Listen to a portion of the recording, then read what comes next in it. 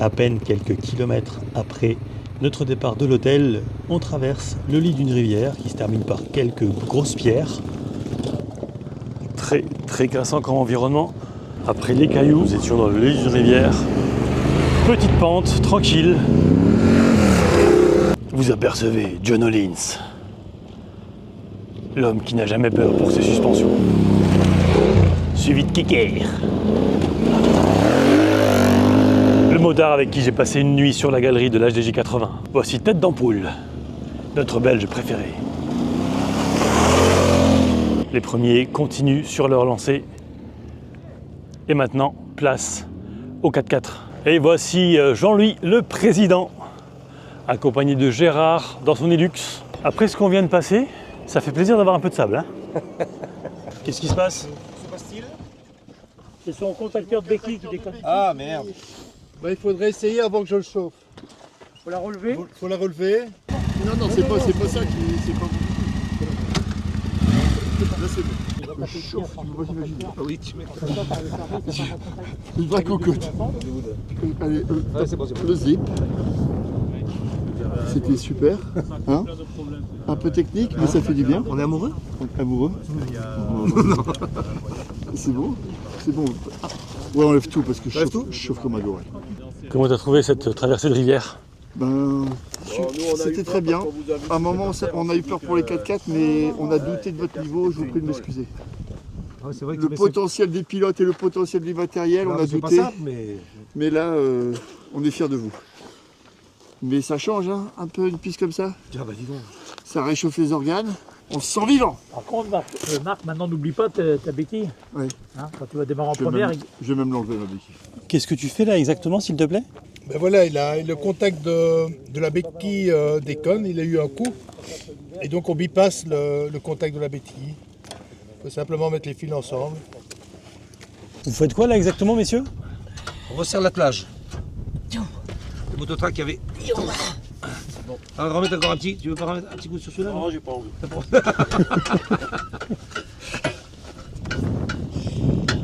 Une clé à bip. Non, c'est pas une clé à piquer. Bon, Titi, même problème chez toi? Exactement le même problème. Bon, écoutez 5 les minutes gars, au cas où on a de l'essence dans les voitures, hein. Je dis ça. C'est pas un problème d'essence, hein? Non, mais bon, ça peut régler pas mal de problèmes. Bah, ça consomme pas pendant ce temps-là. Comment va? La trousse jaune, elle est où? Ça va nickel. On vient de passer une belle zone de cailloux là, qui était vraiment très réalisant. On est dans des décors magnifiques. Il suffit de regarder à l'arrière, là tu vois un peu ce qu'il y a là. C'est vraiment fabuleux, vraiment une très bonne journée. Il y a juste que nous avons quelques petits problèmes en ayant traversé les Perriers, les contacteurs de béquilles n'ont pas résisté, donc du coup la moto ne se remet pas en marche, quoi. Mais c'est pas une panne très grave. Ça nous permet de souffler un petit peu. Hein. Mais non, très bien, très beau tracé, vraiment des belles pistes où il faut quand même faire attention. C'est sûr que. C'est la variante du Dakar, celle-là. Et quoi? C'est la variante du Dakar, c'est pas celle de la piste d'origine. Ah oui, d'accord, mais bon, peu importe, de toute façon ici elles sont toutes du Dakar. Il y a pas, Apparemment, la réparation. à part les zones asphaltées, le reste c'est du franchissement. Qui vont arriver. Non, c'est vraiment parfait. Donc il y a Renault là. Pour le reste, Il doit toujours être à Zagreb. toujours un peu de mal au dos, mais Je prends soin de toi tant que quand le même. plaisir est supérieur à la douleur, ça va. Oui, puis j'ai cru comprendre que tu avais quelqu'un qui prenait soin de toi. Ah oui, tous les matins, j'ai mon ami Marcus là, qui me fait un petit massage du bas du dos. Alors, il met ses petits bas noirs, là, ses petits barésies, et c'est vrai que c'est un petit moment assez intime entre nous, mais ça va, ça fait partie des plaisirs des rallyes. Hein. Alors, bon, à défaut de gazelle, on fait du gazou. Hein. Pompe à droite. Vous connaissez le recoupé là, elle est pas loin.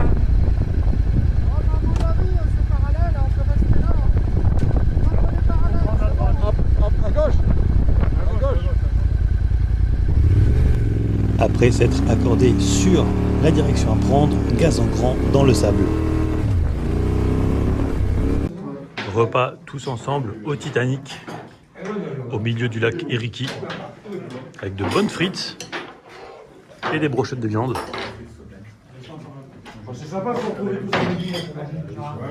Voici une jolie photo de groupe avec les deux 4x4 et les motos.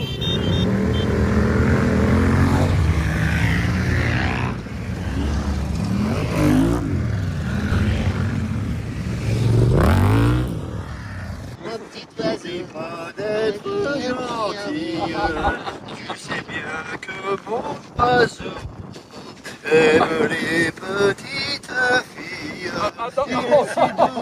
Il est si gentil. Attention, j'enlève le frein à main. Quel plaisir de voir GG du groupe 1 avec Sven du groupe 3 dans cette immensité roulante. Bon alors, qu'est-ce qui s'est passé? Bah du coup, on avait fait une réparation de fortune sur la fixation du pot parce que la patte elle avait cassé. On avait mis des câbles et les câbles ont lâché. Donc voilà, le pot de chameau il est tombé sur la piste. Mais voilà, on va le récupérer et puis on va bricoler ça ce soir à l'hôtel. Et c'est le deuxième accra qui tombe d'une T7 quand même. Hein. Ouais, je sais. La faiblesse des T7, c'est la patte de fixation. C'est très très fragile, voilà, ça casse net.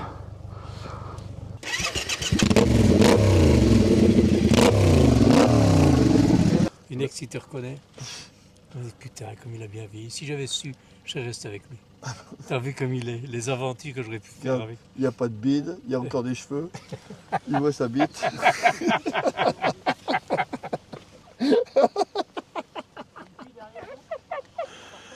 On peut pas vous laisser tout seul 5 minutes. Hein.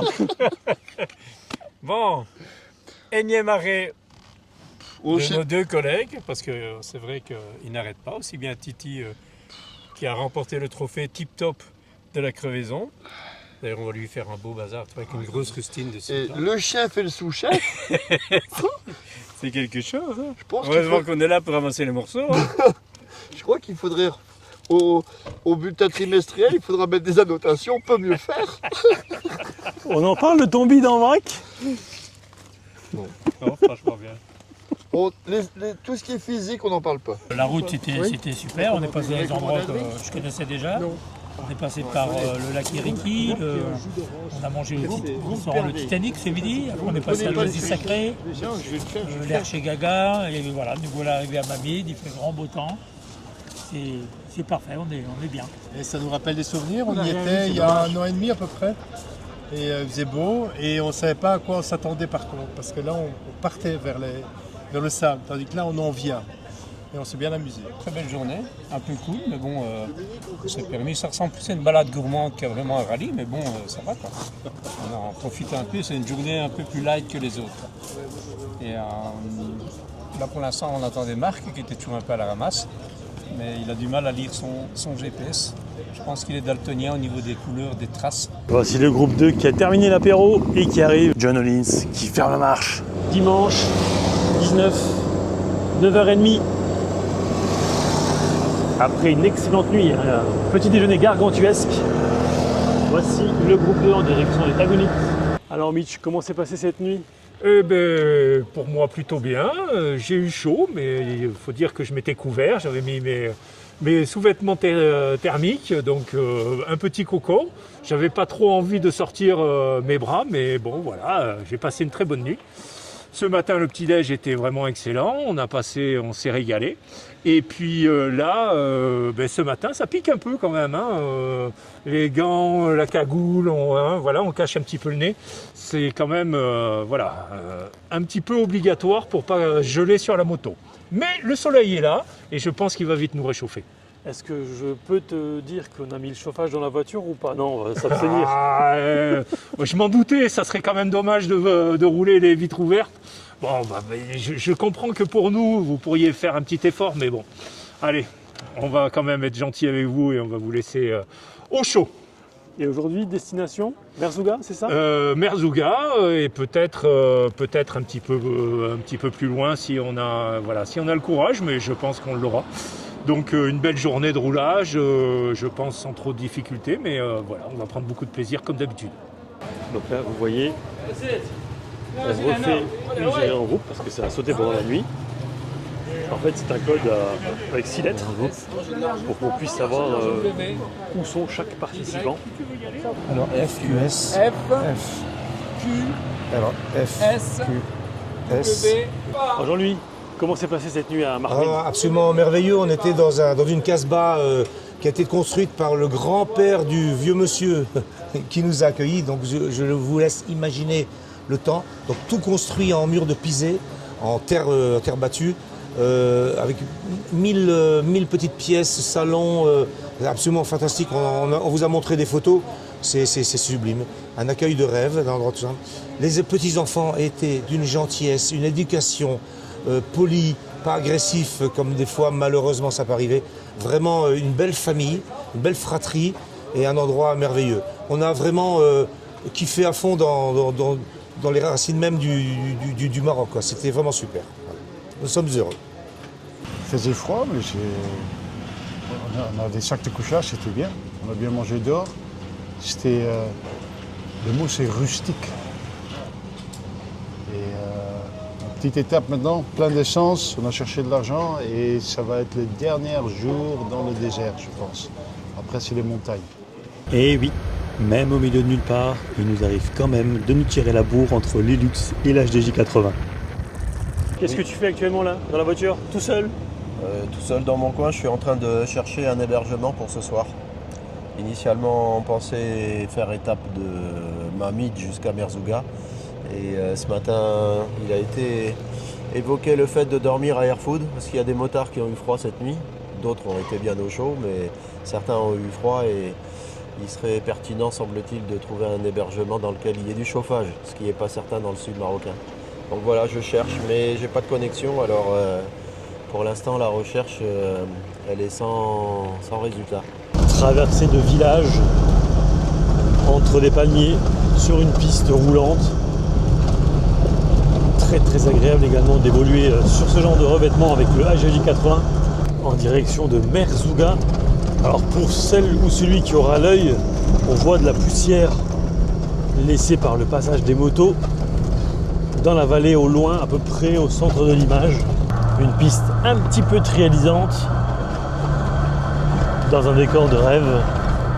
Quelques gouttes de pluie en direction de la passe de Marek. Ne croyez pas ici que le sable est porteur, bien au contraire, on a vite fait de s'engluer et de rester tanké dans ce sable. Comment taquiner un motard sans rien dire? Assez surprenant de voir des ruches ici. Après une journée remplie de cailloux, de crevasses, horrible en termes de roulage, voici enfin le goudron. Oh quel bonheur! N'est-ce pas? Oui, ça va faire du bien, ça va nous reposer un peu. Et voici les dunes de Merzouga dans lesquelles le groupe 1 viennent s'amuser et même une partie du groupe 2. Bon Yves, on s'est quitté, t'allais faire du kitesurf. On se retrouve ici, à côté de la piscine, ça fait vraiment très plaisir de te retrouver. Alors dis-moi, comment se sont passés ces quelques jours? Eh bien, j'ai fait beaucoup de kilomètres sur la route, j'ai usé les bimous, donc j'étais obligé de changer les chambres à air. Et je suis allé dans un garage merveilleux à Zagora, Ali Nasser, qui m'a commandé les pièces à Casablanca, qui sont arrivées en 2 jours. Les pièces d'origine Yamaha d'une moto de 1987. Exceptionnel. C'est incroyable. Ouais, incroyable. On a vu la photo avec justement marqué Yamaha officiel, on s'est dit mais c'est pas possible. Si, c'était possible. Et du coup, qu'est-ce Au qui a Maroc, été fait? tout est possible. Exactement. Et du coup, qu'est-ce qui a été fait sur ta meule? Donc c'est les pipes d'admission qui ont été changées, donc avec des pipes d'admission neuves. Et on en a profité aussi de mes bimous, comme j'ai fait beaucoup de routes. J'ai fait pratiquement 2000 bornes de route depuis Darla. Il m'a mis des chambres à air. Ça roule bien? Là, ça roulait très bien. Là, j'ai pu rouler à 110. Voilà. Génial. Génial. Superbe. Et très content de vous retrouver tous. au niveau hébergement, nourriture, tout s'est bien passé? L'hébergement parfait. Un hébergement prédestiné à Zagora. Le Riyad Fennec. Génial, génial. Eh bien écoute, encore vraiment très content de te retrouver. Et puis on va passer la soirée et surtout le reste de l'aventure ensemble. Content de retrouver les amis. Ça commençait à me manquer. Bon Gégé, comment s'est passée ton arrivée ici? Épique et ça piquait vraiment, il faisait très froid, il pleuvait un petit peu, on a d'habitude une autre image du Maroc. Ouais. Mais tout s'est bien passé, tu as pu aller sur les dunes, je crois, de Merzouga. Ouais, comme je dis aux gars, c'est toujours dommage d'arriver ici et de ne pas profiter du sable et de ces formidables dunes couleur abricot. Hier soir, c'était une lumière magique et donc ouais, avec quelques heures, on a été faire un bon petit ride sur les grandes dunes. Et aujourd'hui, quel est le programme ? Alors aujourd'hui, bon là on bascule sur la remontée nord, sûrement un peu moins intéressante niveau pilotage, mais toujours aussi intéressante au niveau voyage. On remonte plein nord, direction Tanger, j'espère en 3 étapes. On les a limités en nombre de kilomètres parce que voilà, il va faire super froid. On monte en altitude entre 1700 et 1700 mètres. Il a neigé il y a peu de temps. Hier soir, on a eu un petit exemplaire de ce qui nous attendait en ayant très froid sur 1 heure de trajet. Donc aujourd'hui, avec 6-7 heures de trajet, voilà, ça va être très dur. Route ou piste ? Pour toi ? Le pourcentage s'inverse. Pour ceux qui voudront faire de la piste, au lieu d'être comme hier à 95% TT, on sera sur du, je pense, 30% TT, 78% en route. Courage. Merci. Qu'est-ce que tu fais, Steph, ce matin ? Je nourris la bête. Je nourris la bête du matin, même s'il fait frais. Normalement, il faudrait que je la fasse tourner pour faire le niveau d'huile, mais là, je sais qu'il en manque un peu. Donc, tous les jours, c'est contrôle. Et puis à port pour qu'elle puisse tenir toute la journée. Mais j'en remettrai peut-être en milieu de matinée. Et ça devrait le faire. Et puis là, normalement c'est plus chaud que prévu, mais bon, c'est quand même frisqué. Mieux qu'hier. Mieux qu'hier. Hier soir, c'était vraiment, on a mis du temps à se réchauffer. Plus d'une demi-heure tous. Une demi-heure, 3 quarts d'heure. Ah, super. Au petit matin, à peine quelques centaines de mètres après l'hôtel, une énième réparation pour le support du pot Accra sur l'AT7 de tête d'ampoule, de marque. Vous apercevez au loin le barrage Alassane Adakil. J'aime ces paysages grandioses comme ça. Là. 1670 mètres et un paysage qui change très très rapidement. Il y a quelques heures, on était à Merzouga, près des dunes. Bon alors, cette balade hivernale, comment s'est-elle passée ? On a fait un petit col à 2000 mètres apparemment, il y avait 4 degrés, mais on était de part et d'autre, il y avait de la neige, mais nous au milieu ça roulait bien. Donc je suis très content d'avoir fait cette trace parce que il faisait pas chaud quand même, il faisait vraiment pas chaud. Mais on a fait une route à 6 et c'était sympa. On a oublié de s'arrêter pour manger, mais on va le faire maintenant. Voilà. À 15 heures passées. Pardon ? À 15 heures passées. À 15 heures passées, oui, voilà, on aurait dû s'arrêter sur la route, mais quand on a voulu s'arrêter, il n'y avait pas à manger. Mais voilà, on est là, et il fait beau, il y a du soleil. Magnifique. Un peu neigeux. Si on parle de l'étape d'hier, la première moitié, c'est-à-dire la matinée, c'était vraiment superbe. On a allongé l'oued Ziz, qui est magnifique, avec des gorges, avec des palmeraies, les montagnes et tout, de très très beaux paysages. L'après-midi, c'était pas du tout la même chose puisqu'on a attaqué une piste de montagne. Heureusement pour nous, la piste avait été aménagée en route, petite route de campagne. Et ça nous a bien aidé parce qu'on est tombé sur la neige. On a oscillé entre 1900, 2000, 2100 mètres avec de la neige qui allait de 0 à 30 cm d'épaisseur. Et les motards ont eu vraiment beaucoup de mérite parce que c'était hyper difficile. Mais bon, ça s'est bien terminé. On a réussi à arriver à bon port, il faisait pas nuit et puis il n'y a pas de bonhomme gelé. Très froid, mais bon, moi qui adore la neige pour skier, écoute, on a tâché de faire la même chose que la moto. Pas de chute, bien heureusement. Des beaux petits travers, mais j'ai adoré ma journée. Je pensais pas que je puisse faire un truc pareil avec ma Ténéré.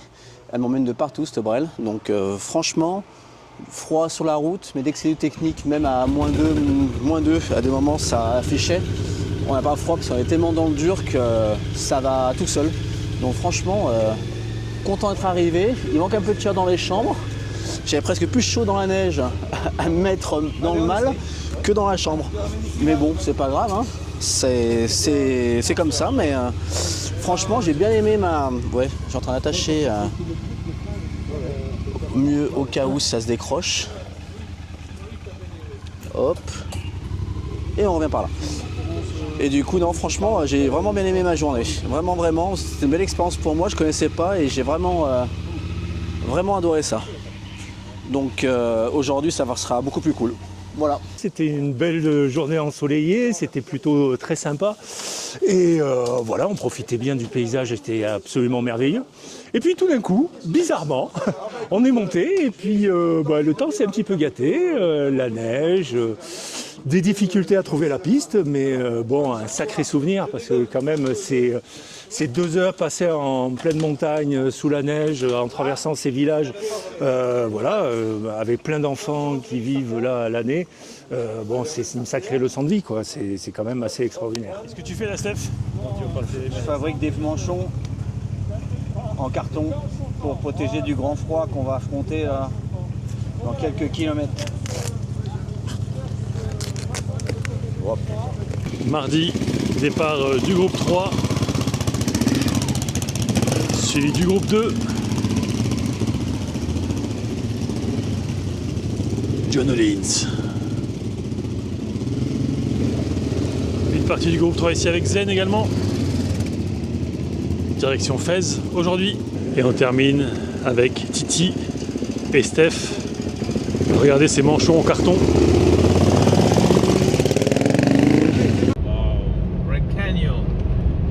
Le décor est juste sublime, mais attention, le temps se gâte rapidement.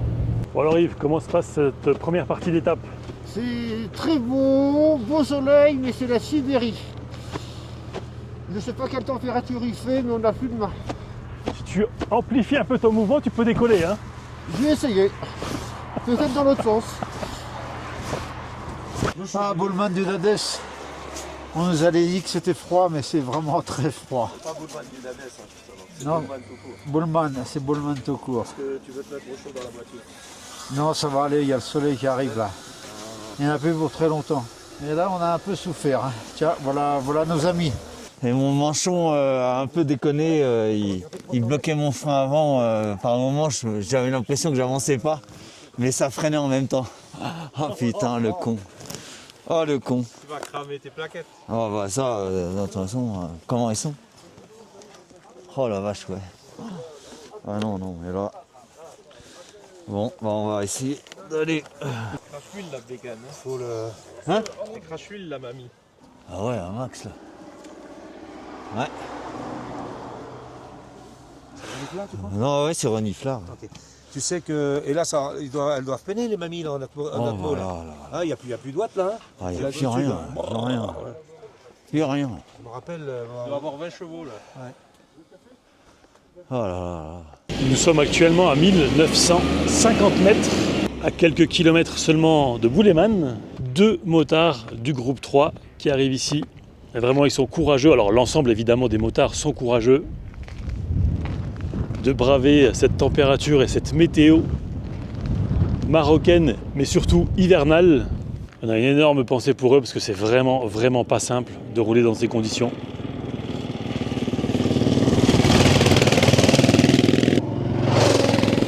Voici Sven, il va arriver dans un instant. Regardez un petit peu les nuages là-bas au fond, ça n'augure rien de bon. Kekeralitus hibernatus. Kekerus, les gonflus avec 15 couches. On est gelé. Là, tu vois, après 4 thés, ça va mieux. Mais au début, j'avais les phalanges qui commençaient à casser. J'étais obligé de m'arrêter 2 fois. C'est la nuance qui traîne froid. En même temps, j'ai pris 111 photos quand même, en roulant. Donc, forcément, ça refroidit les doigts. Petite moyenne. Ouais. Non, c'est bien. Hein. On parlait de plaques de verglas au haut du col. Et là, on a une petite surprise. On fait une pause obligatoire parce que la route est bouchée. C'est verglacé. Donc, s'il y a du verglas, on n'a pas de clou. Hein. Donc, on va être obligé d'attendre un petit peu. Ils mettent un peu de sel et puis après, on va y aller. Nous, on met du sucre, ils mettent du sel. Ah, c'est vrai, Bobilout. Parce que le ch'ti, c'est un sacré bilout, celui-là. Hein. Il a vraiment la tronche d'une vente. Ah, c'est une petite bombe. Hein. Elle glaude. Elle glaude, ça va la denrée? Il fait chaud. Il y a un petit décor. Tiens, regarde, et les petites crêpes. T'as vu un peu? On en a mangé déjà 2 rasades, 2 carafes de thé. Ça va finir, on va être obligé de pisser en roulant. La capote Nesta. Arrêt repas au chaud, assez frou, avec l'intégralité de l'équipe. Allez, bon appétit. Kikirus hibernatus a bien mangé. Voilà, ils ont tous bien mangé. Là, on repart de ces frous en direction de Fès. Et à Fès, il nous restera encore 70 km à parcourir environ. Les mamies au fond. Non, pas elle c'est John Hollins. Bon, le groupe 1 derrière le triporteur, voilà, qui arrive enfin pour boire le thé.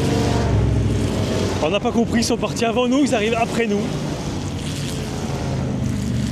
Curieux, on va leur poser la question de savoir pourquoi. Parti le premier, arrivé les derniers.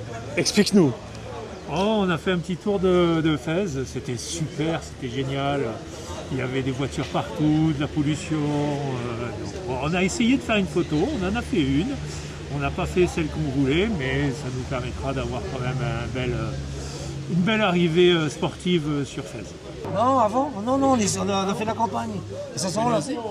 Oui. La 500, les 500 là. Démoniaque. J'ai désolé, hein, on s'est faufilé. La 500, on vient de retomber dessus à 5 km nous seulement. On a mis la pige au T7, mais bon, vous nous en voudrez pas. Ah non, mais de toute façon, vous roulez mieux que nous, c'était en fait depuis le début. Tu l'avoues, enfin. Voilà, mais il faut savoir, il y a un moment, il faut savoir lâcher, et c'est aujourd'hui. Comment il est ce thé? Délicieux, un thé marocain de ce temps-là, ça requin qu'un homme. Après, surtout la route, la pluie, la neige d'abord, la pluie après. On a tout connu là, le Maroc est l'opposé en Côte d'Ivoire, avec le soleil à 35 degrés, et là le gel, les routes verglacées. Bon, c'est inondé de partout, hein. Ça fait depuis les années 80 qu'ils n'ont pas connu ça. Autant de surface enneigée. On a choisi cette année-là. Le barrage Al-Wada est le plus grand du Maroc et le second d'Afrique avec une capacité, accrochez-vous bien, de 3,8 milliards de mètres cubes. Il mesure 88 mètres de haut et 2600 mètres de long. Il est essentiel aussi bien pour l'irrigation avec 115 000 hectares couverts que pour l'approvisionnement en eau potable pour 20 communes, mais aussi pour la production hydroélectrique avec 400 gigawattheures d'électricité par an, sans oublier la protection contre les inondations.